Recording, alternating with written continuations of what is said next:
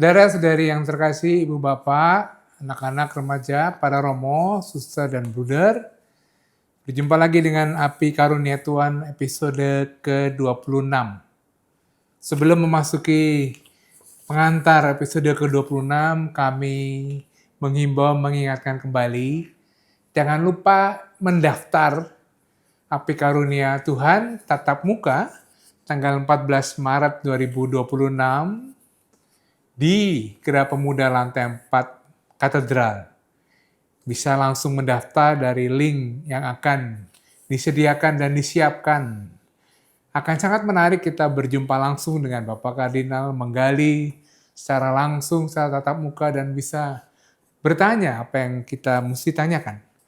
Saudara-saudari yang terkasih, melanjutkan episode sebelumnya, pembahasan masih mengenai Injil Yohanes. Dikatakan, apabila kita merenungkan doa dalam Injil Yohanes, kita akan sampai pada pewahyuan tentang siapa itu Yesus. Mulai dari ayat pertama, bab pertama, Injil Yohanes sudah dikatakan, pada mulanya adalah firman. Firman itu bersama-sama dengan Allah dan firman itu adalah Allah. Kalau dikatakan Yesus adalah pewahyuan Allah, pewahyuan ini maksudnya apa? Nanti Bapak Kardinal akan menjelaskan dengan bantuan-bantuan teks-teks yang ada di Perjanjian Lama maupun dalam Perjanjian Baru. Pembahasan ini mendalam dan juga menarik. Karena itu selamat mendengarkan, selamat merenungkan, selamat berdoa.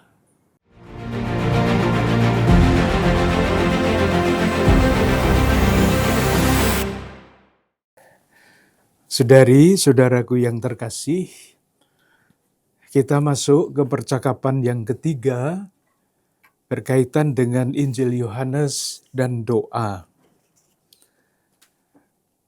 Pengantar singkat sebelum masuk, kita ingat kembali dalam percakapan yang pertama, kita mengatakan, kita sampai pada kesimpulan bahwa Injil Yohanes bab 17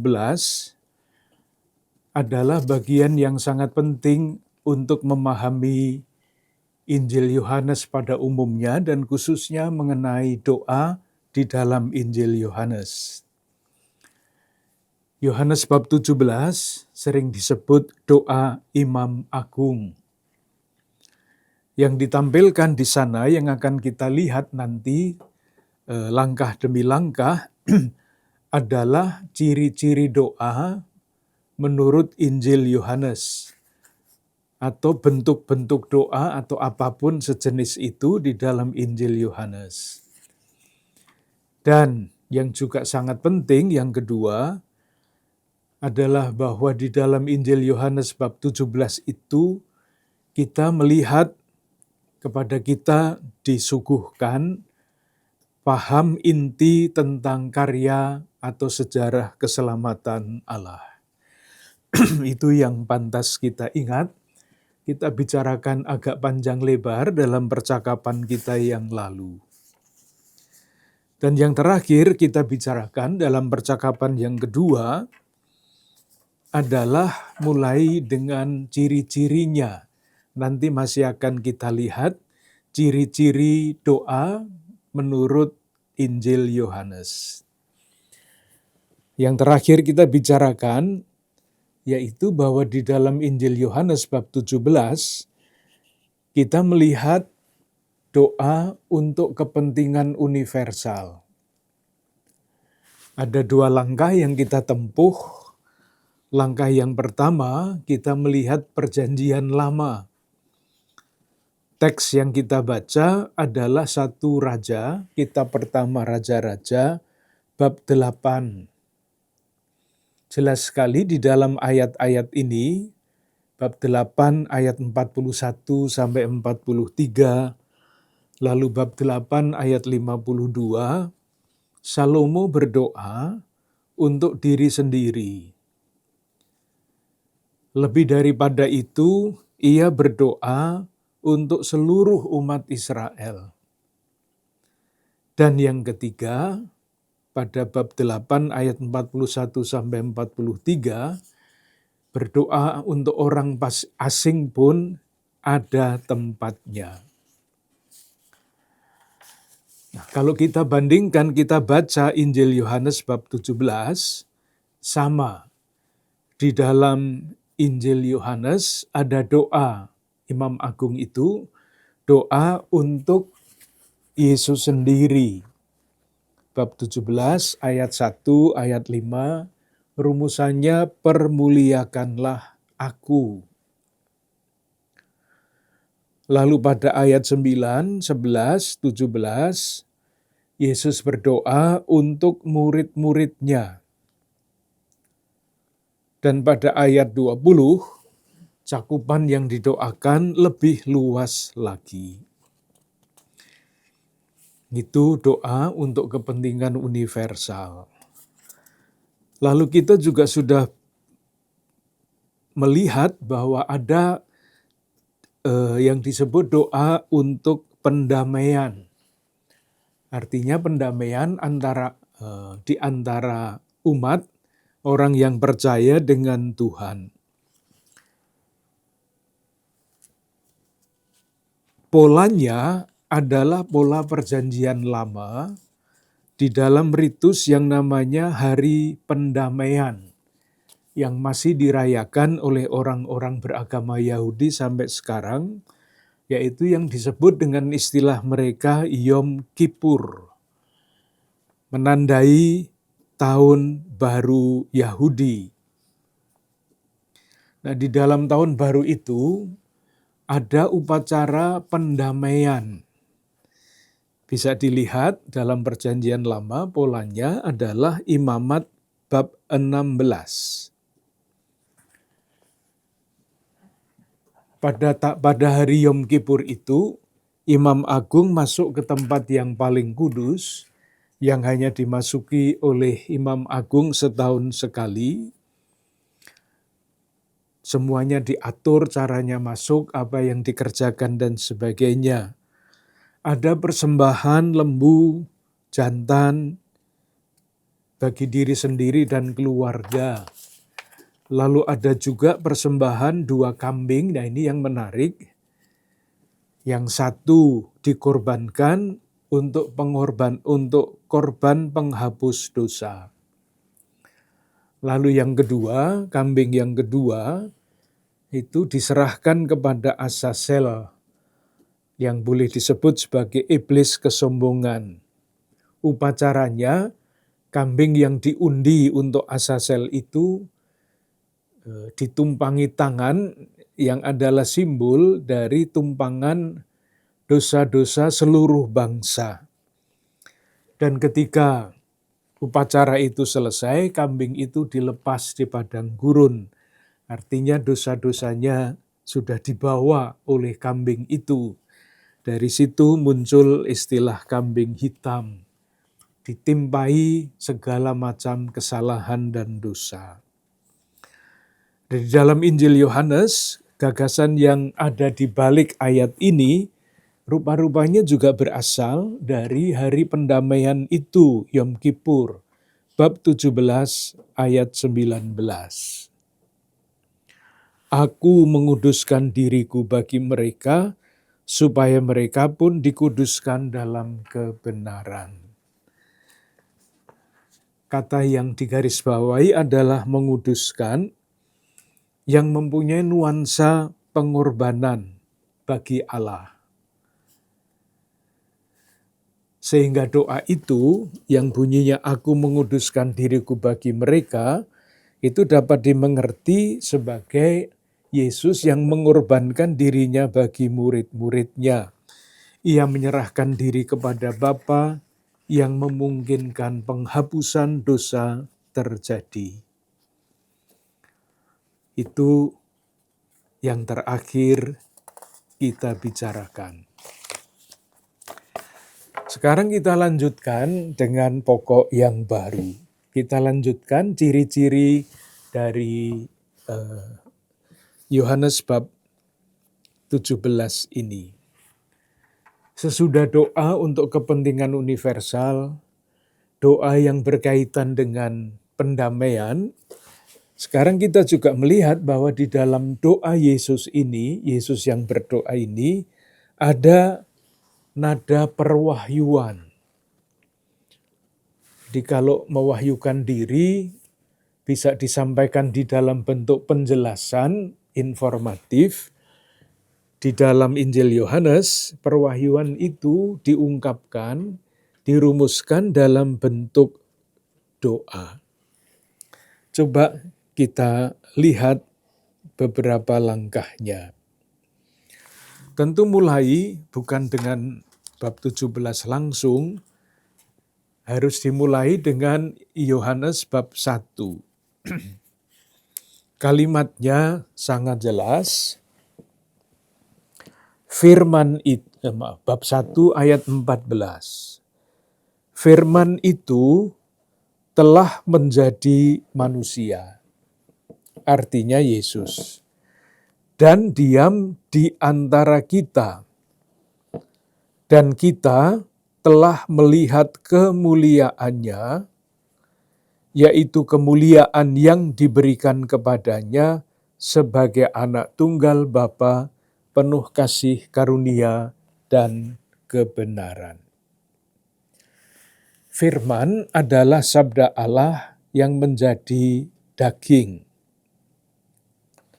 Dengan demikian menjadi sangat jelas firman yang ada itu bab 1 ayat 1, pada mulanya adalah firman.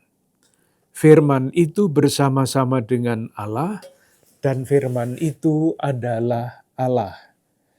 Jadi kalau firman menjadi manusia, firman itu adalah sabda, Allah sendiri yang bersabda, dan menjadi manusia. Manusia itu adalah manusia Yesus. Dengan demikian jelas bahwa Yesus adalah perwahyuan Allah.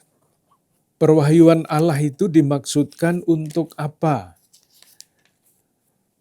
Atau nanti dirumuskan dengan kalimat yang berbeda. Bab 14 ayat 6. Yesus itu siapa? Manusia Yesus itu siapa?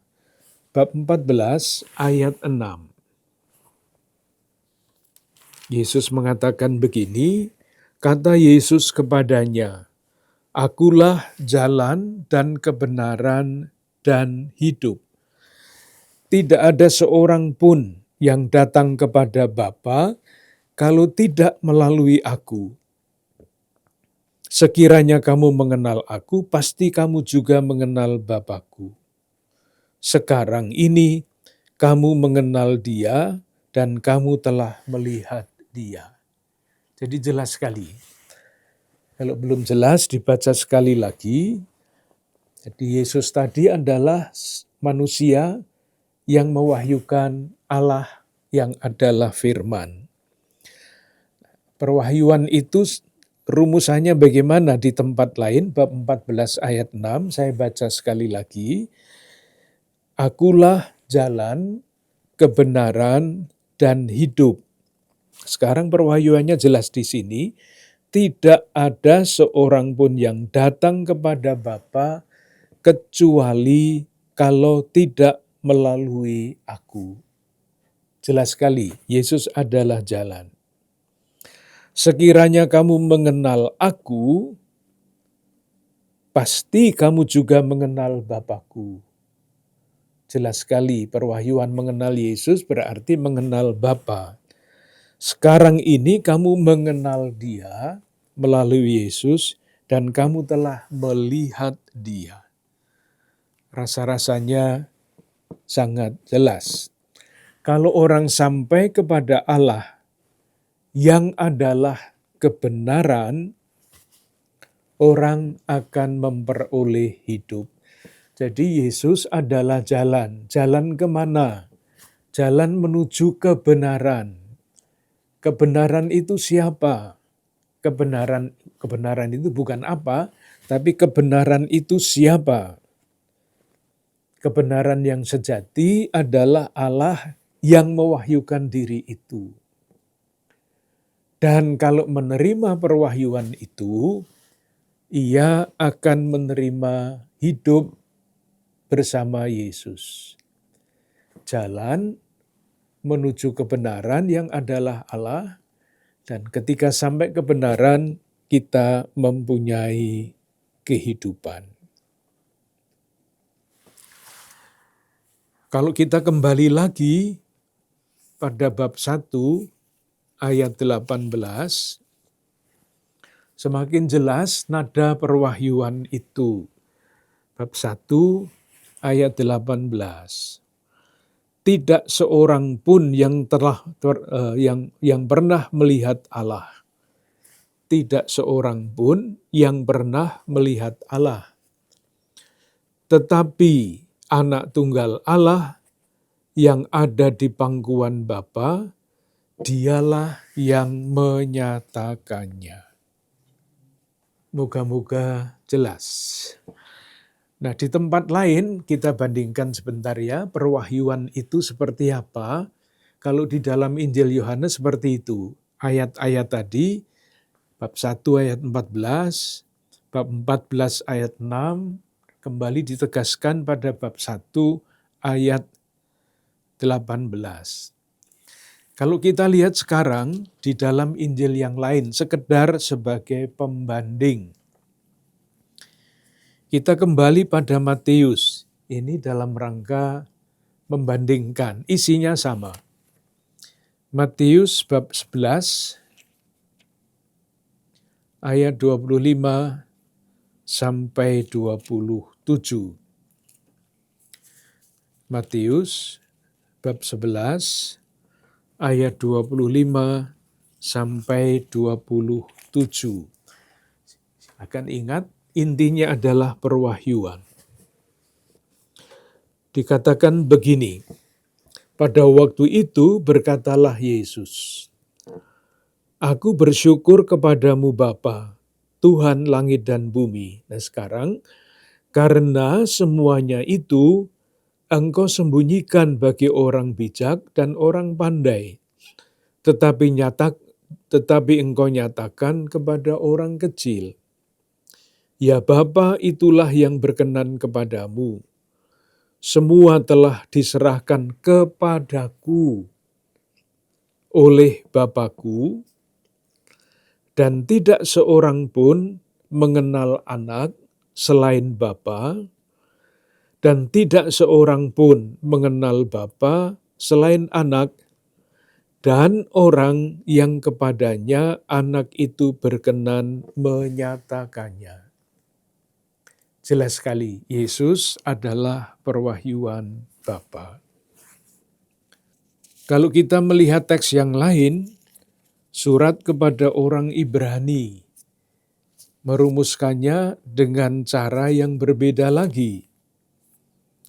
Surat kepada orang Ibrani, bab 1 ayat 2. Ibrani bab 1 ayat 2.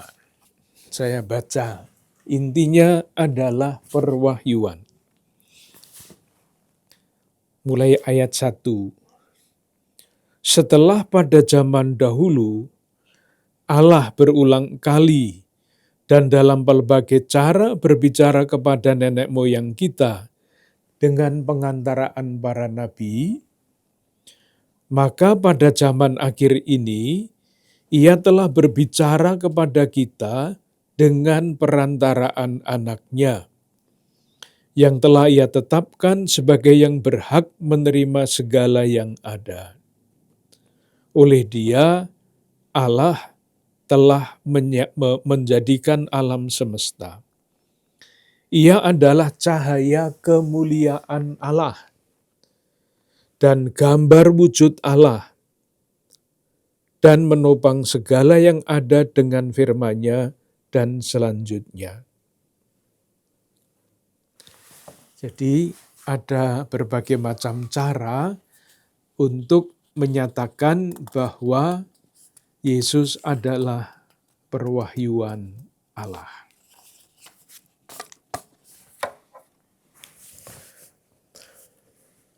Sekarang kita lanjutkan dengan pembicaraan pokok tentang doa. Melanjutkan yang tadi, ada doa untuk berciri universal, doa pendamaian, dan sebagainya. Sekarang kita lihat berbagai macam ciri yang lain yang dapat kita simpulkan dari Yohanes bab 17 dengan pertolongan Injil yang seluruh Injil Yohanes. Kalau Yesus adalah perwahyuan Allah, maka doa juga di dalam hal ini Yohanes bab 17 mempunyai nada itu, nada perwahyuan. Kita sekarang minta bantuan dulu kepada surat pertama Yohanes. Jadi ada beberapa ciri doa yang akan kita coba rumuskan. Yang pertama, istilahnya agak tidak mudah dipahami ya, tapi doa perwahyuan. Injil tadi, Yesus adalah perwahyuan yang kita bicarakan. Lalu doa Yesus pun mempunyai ciri perwahyuan itu. Sebelum masuk ke Yohanes 17, kita minta bantuan surat Yohanes yang pertama, bab 1, ayat 1 sampai 2 dan ayat 3. Kita baca pelan-pelan karena kalau cepat-cepat nanti tidak jelas. Apa yang telah ada sejak semula. Sejak semula itu kapan? Bahkan sebelum dunia dijadikan.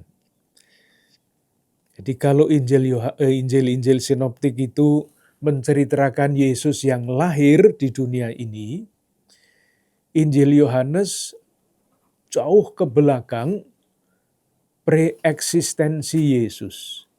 Yesus sebelum ada di dunia ini ada bersama-sama dengan Firman. Yohanes bab 1 ayat 1. Yang telah kamu dengar, yang telah kami lihat dengan mata kami, yang telah kami saksikan, dan yang telah kami raba dengan tangan kami tentang firman hidup. Firman itu adalah Yesus, inilah yang kami tuliskan kepadamu. Hidup itu telah dinyatakan. Perhatikan kata menyatakan. Hidup itu telah dinyatakan. Di mana? Ya dalam diri Yesus itu. Dan kami telah melihatnya. Ya tadi bukan hanya melihat dengan mata kami, tetapi bahkan kami raba dengan tangan kami. Yesus yang sungguh-sungguh manusia. Itulah pernyataan diri Allah. Dan sekarang kami bersaksi dan memberitakan kepada kamu tentang hidup kekal yang ada bersama-sama dengan Bapa dan yang telah dinyatakan kepada kami. Jadi ada 3 unsur, Bapa yang adalah hidup yang sejati, Yesus yang menjadi manusia, mewahyukan Allah Bapa yang adalah kehidupan itu, dan sekarang adalah saksi. Saksinya adalah Yohanes, penulis surat ini. Apa yang telah kami lihat dan yang telah kami dengar itu, kami beritakan kepada kamu juga. Nah sekarang, supaya kamu pun beroleh persekutuan dengan kami. Jadi saksi dalam hal ini penulis surat Yohanes menjadi saksi memberitakan itu semua supaya kamu pun beroleh persekutuan dengan kami. Dan persekutuan kami adalah persekutuan dengan Bapa dan dengan anaknya Yesus Kristus. Itulah yang namanya persekutuan. Dan semuanya ini kami tuliskan kepada kamu supaya sukacita kami menjadi sempurna. Moga-moga urut-urutannya jelas. Yang ditulis oleh Yohanes menurut ayat-ayat ini adalah firman hidup. Firman hidup itu bukan apa, tetapi siapa. Firman hidup itu adalah Yesus yang diraba dengan yang dilihat oleh Yohanes, yang diraba dengan tangannya. Hidup itu apa?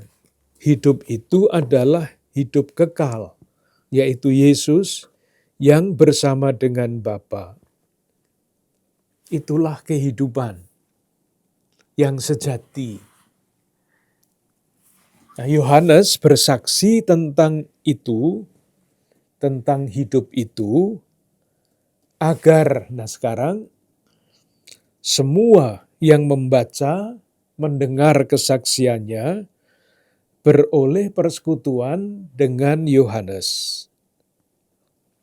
Dan persekutuan itu adalah persekutuan dengan Bapa dan anaknya. Dengan demikian, kalau kita membaca teks-teks ini, sekali lagi kita sampai kepada kesimpulan bahwa wahyu itu bukan konsep abstrak. Bahwa kebenaran itu bukan rumusan. Tetapi wahyu atau kebenaran adalah Allah sendiri yang menyatakan dirinya di dalam kasih. Jadi kalau kita sering mengatakan dulu pada awal-awal dulu kita mulai dengan api karunia Tuhan, wahyu itu bukan kitab suci ini, bukan buku ini, bukan wahyu. Wahyu bagi kita, kebenaran bagi kita adalah pribadi, bukan buku, bukan tulisan, tetapi pribadi Yesus Kristus yang tentu saja kesaksiannya ditulis di dalam buku ini. Jadi itu Allah yang menyatakan diri dalam kasih. Orang beriman, kita ini, menanggapi pernyataan diri Allah lewat iman. Iman akan siapa? Iman akan sabdanya yang adalah Yesus. Dengan beriman dan berdoa, kita menanggapi kasih Allah itu.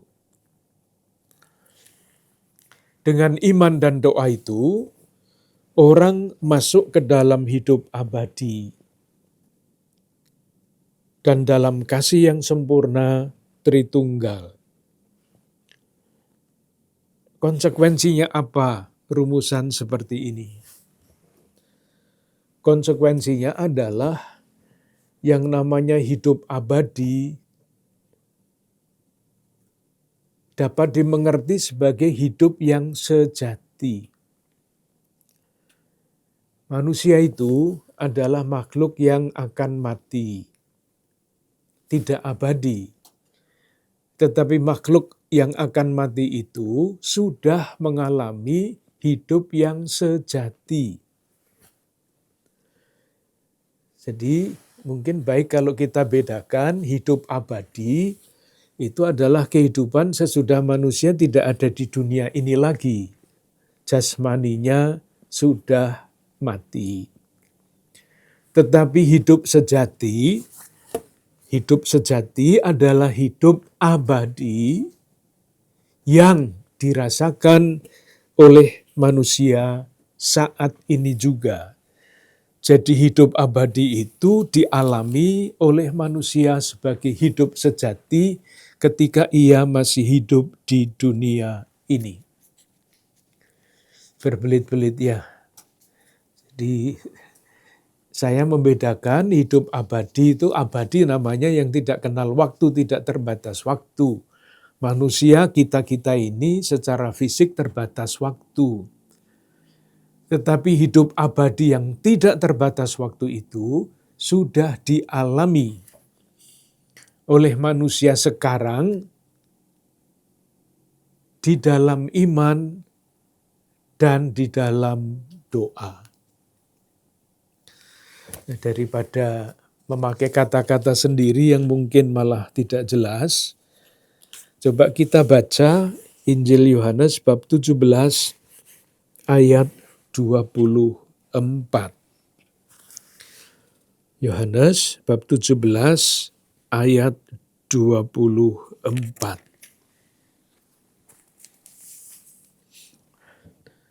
Saya baca, "Ya Bapa, aku mau supaya dimanapun aku berada, mereka juga berada bersama-sama dengan aku."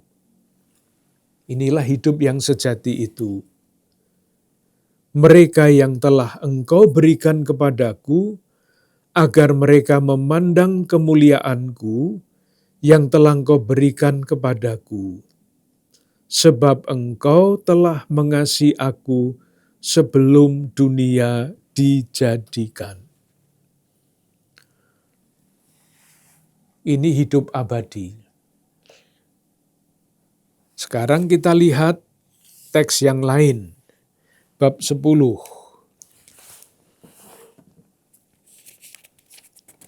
Ayat 30 dan 38. Aku dan Bapa adalah satu, itu ayat 30. Lalu ayat 38. Saya baca mulai ayat 37.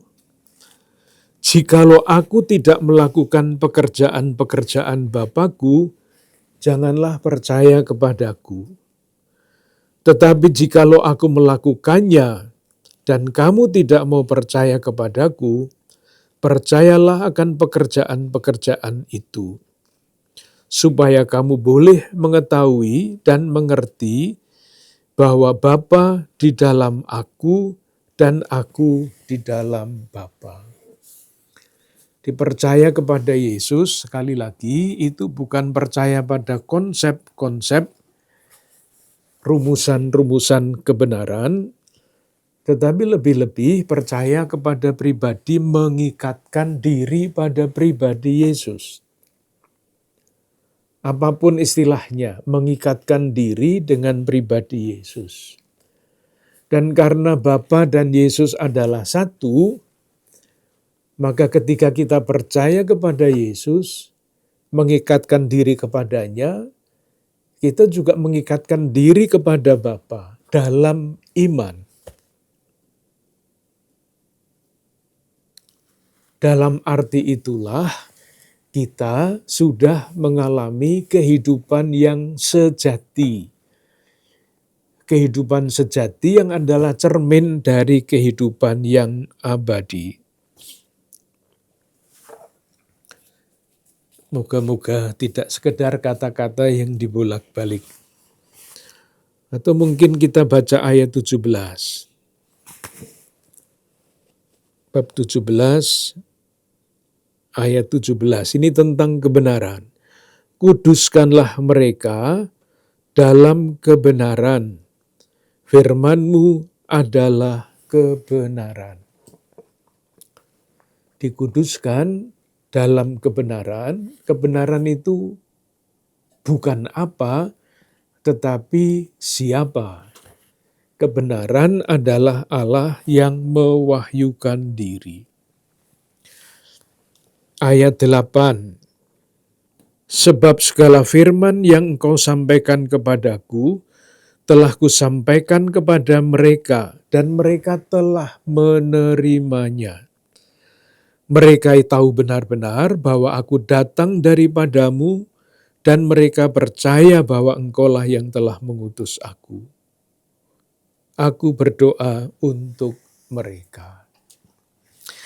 Jadi ayat-ayat ini menunjukkan, menegaskan, jadi lewat doa Imam Agung ini, jadi bentuknya kan doa, bab 17 itu doa Imam Agung. perwahyuan Allah lewat Yesus dirumuskan dalam bentuk doa. Mungkin baik juga dibaca ayat 6 bab 17. Aku telah menyatakan namamu kepada semua orang. Ini kan jelas perwahyuan ya, aku telah menyatakan namamu kepada semua orang yang kau berikan kepadaku dari dunia. Mereka itu milikmu dan kau telah memberikan mereka kepadaku. Dan mereka telah menuruti firman-Ku. Telah menuruti firman-Mu. Ini berbagai macam cara yang dipakai oleh Yohanes untuk menyatakan bahwa Yesus adalah wahyu Allah, Allah yang adalah kasih, Allah yang berfirman, di dalam Yesus adalah sang firman, yang adalah sang firman. Orang yang percaya kepada Yesus menjalankan firman Tuhan, firman Allah. Dan persis itulah keselamatan, itulah hidup abadi yang tercermin di dalam kehidupan sejati yang kita hayati sebagai orang beriman. Moga-moga jelas ya, diulangi sekali lagi rumusannya yang penting tadi. Jadi sekali lagi kembali kepada yang pokok. Bapa telah menyatakan dirinya. Kepada siapa? Kepada orang yang lewat Yesus percaya. Ketika orang percaya kepada Yesus, ia juga menjalankan firman Bapa.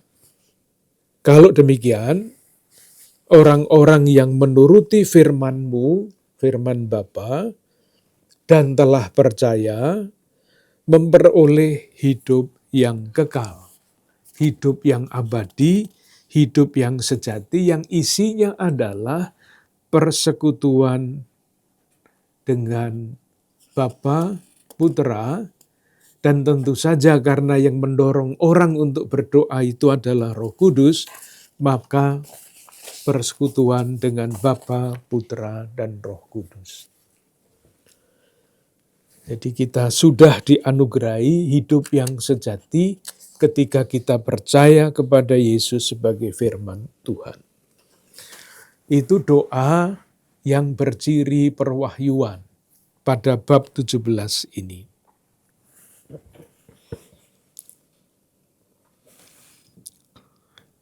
Yang ciri yang kedua, doa Yesus untuk kesatuan. Bagaimana ini mau dijelaskan? Perwahyuan Allah sebagai Bapa tidak bisa dipisahkan dengan gagasan tentang keselamatan universal. Jadi, perwahyuan Yesus itu tidak eksklusif, dikhususkan untuk kelompok tertentu, tetapi disampaikan kepada semua orang. Karena keselamatan itu bukan keselamatan eksklusif, tetapi keselamatan inklusif. Dari mana itu disimpulkan? Jadi kita maju langkah demi langkah. Bab 18 ayat 12. Maka Yesus berkata pula kepada orang banyak, katanya, Akulah terang dunia. Barang siapa mengikut aku, ia tidak akan berjalan dalam kegelapan, melainkan ia akan mempunyai terang hidup. Jelas sekali. Terang dunia bukan terang sebagian dunia. Diulangi sekali lagi pada bab 9 ayat 5. Selama aku di dalam dunia, akulah terang dunia. Itu yang pertama. Jadi untuk terang untuk seluruh dunia. Nah, gagasan ini dunia universal diuraikan lebih lanjut di dalam kisah wanita Samaria. Yohanes bab 4.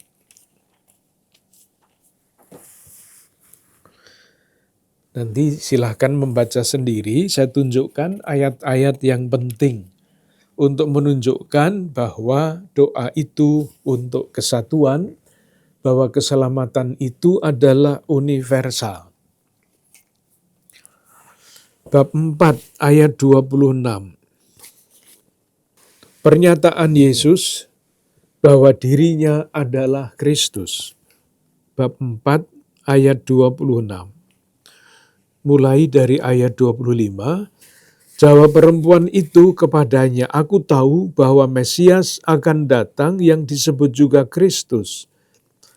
Apabila ia datang, ia akan memberitakan segala sesuatu kepada kami." Kata Yesus kepadanya, "Akulah dia yang sedang berkata-kata dengan kamu." Itu pernyataan diri Yesus, "Akulah dia yang sedang berkata-kata dengan engkau." Silahkan memperhatikan kalau membaca Injil Yohanes, ada beberapa kali diulang frase "akulah dia". Ini latar belakang perjanjian lamanya jelas, yaitu ketika Musa bertanya kepada Yahweh yang mengutusnya, "Nanti kalau umatku bertanya, siapa yang mengutus Anda?" Lalu pada waktu itu Allah Yahweh menjawab, "Akulah dia." Yahweh, 4 huruf, akulah dia. Jadi ini adalah perwahyuan ilahi. Nah, sesudah menerima perwahyuan itu, wanita itu kembali ke kota. Ayat 28. Mana ayat 20? Maka perempuan itu meninggalkan tempayannya di situ, lalu pergi ke kota dan berkata kepada orang-orang di situ, "Mari lihat, di sana ada orang yang mengatakan kepadaku segala sesuatu yang telah kuperbuat." Terusnya bagaimana? Ayat 29, wanita itu mengajak orang kota. "Mungkinkah dia Kristus itu?" Maka mereka pun pergi keluar kota lalu datang kepada Yesus. Atas pernyataan wanita Samaria itu, orang-orang kota Samaria pergi bertemu dengan Yesus. Masih disebut ada sisipan, ayat 31 sampai 35. Yesus berbicara dengan murid-murid tentang makanan Yesus. Makanannya adalah menyelesaikan pekerjaan Bapa. Akhirnya apa? Kuncinya ada pada ayat 39. Dan banyak orang Samaria dari kota itu telah menjadi percaya kepadanya karena perkataan perempuan itu yang bersaksi, "Ia mengatakan kepadaku segala sesuatu yang telah kuperbuat." Jadi Yesus menyatakan diri kepada perempuan itu, "Akulah dia." Orang wanita Samaria itu pergi ke kota, memberikan kesaksian. Orang kota pergi ke sumur, dan dikatakan begini, ayat 39, dan banyak orang Samaria dari kota itu telah menjadi percaya kepadanya karena perkataan perempuan itu. Ini belum puncak, puncaknya ada pada ayat 42. Saya baca mulai ayat 41. Dan lebih banyak lagi orang yang menjadi percaya karena perkataannya. Nah sekarang, dan mereka berkata kepada perempuan itu, kami percaya, tetapi bukan lagi karena apa yang kau katakan, sebab kami sendiri telah mendengar dia, dan kami tahu bahwa dialah benar-benar juru selamat dunia. Jadi ada pergeseran. Tadi kita mulai dengan aku adalah terang dunia, dengan mengutip 2 ayat. 2 ayat itu, aku adalah terang dunia, dunia itu, kita beri ilustrasi dengan kisah perempuan Samaria. Prosesnya pernyataan diri Allah, akulah dia yang berbicara kepadamu. Lalu orang-orang kota itu pergi, bertemu dengan Yesus, percaya karena perkataan perempuan itu, dan puncaknya ada pada ayat 42. Kami percaya, tetapi bukan lagi karena apa yang kau katakan, sebab kami sendiri telah mendengar dia dan kami tahu, nah sekarang, bahwa dialah benar-benar juru selamat dunia. Gagasan itulah yang disebut doa ini adalah doa untuk kesatuan. Itu amat sangat jelas dalam bab 17, pada bab 17 ayat 11, ayat 20, ayat 22. Supaya mereka bersatu. Saya baca ayat 11. Ya Bapa yang kudus, peliharalah mereka dalam namamu, yaitu namamu yang telah Engkau berikan kepadaku, supaya mereka menjadi satu, sama seperti kita. Kita adalah kesatuan mistis, kesatuan utuh, sempurna, Bapa dan Anak, supaya mereka bersatu. Lalu yang kedua, ayat 20.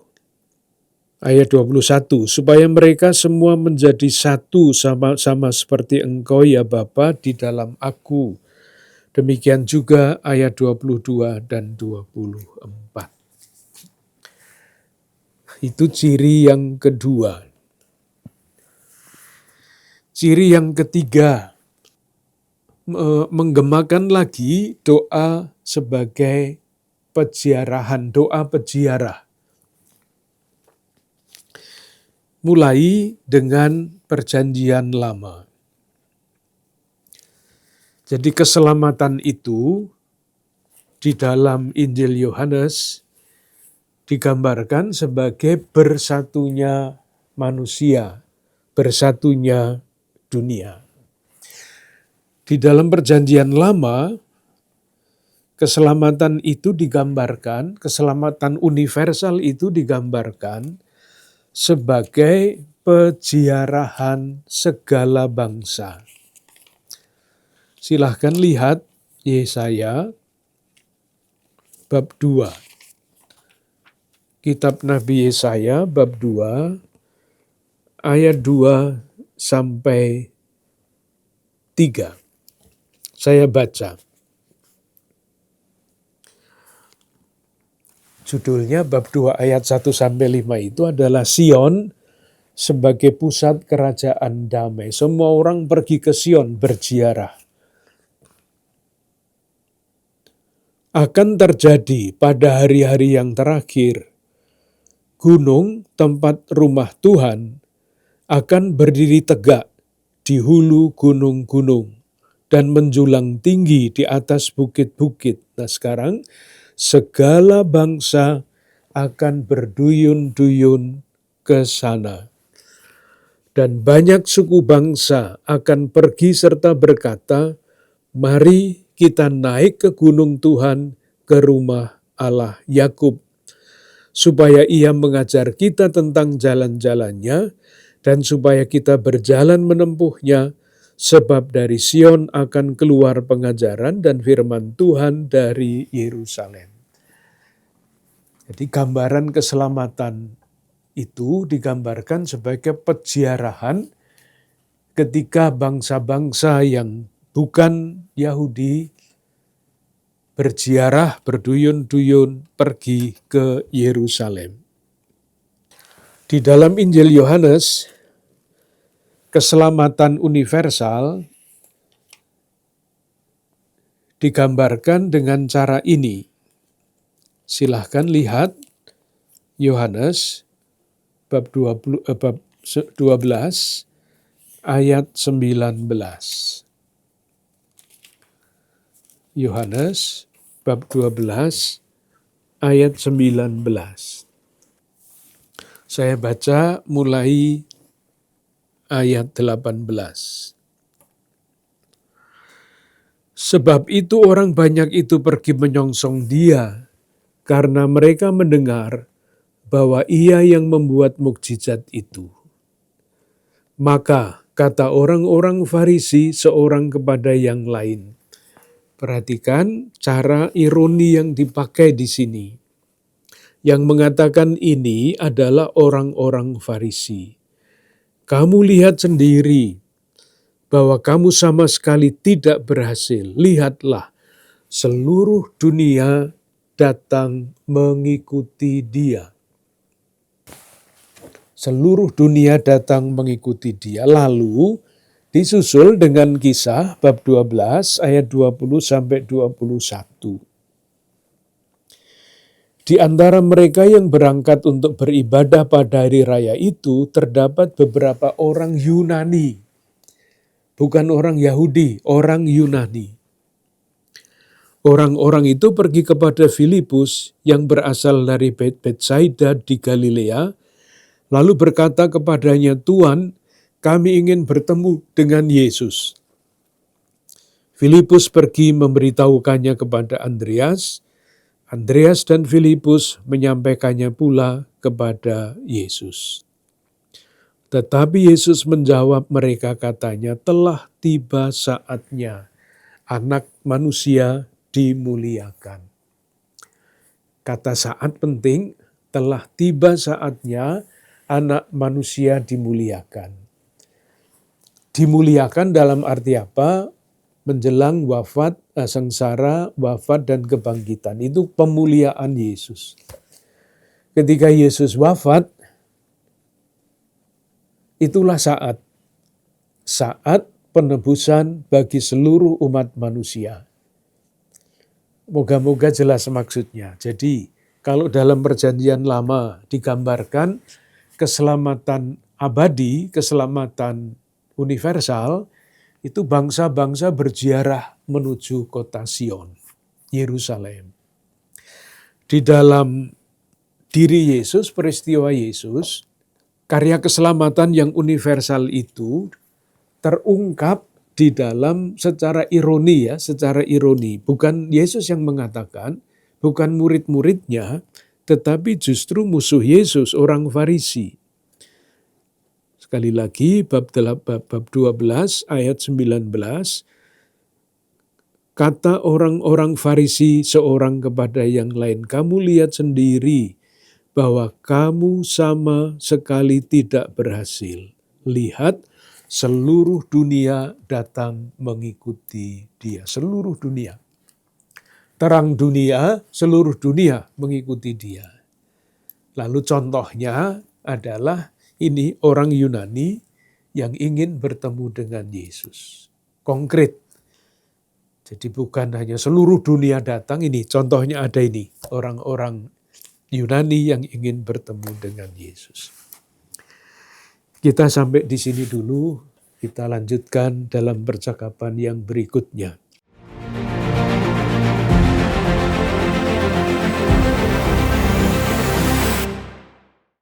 Saudara-saudari yang terkasih,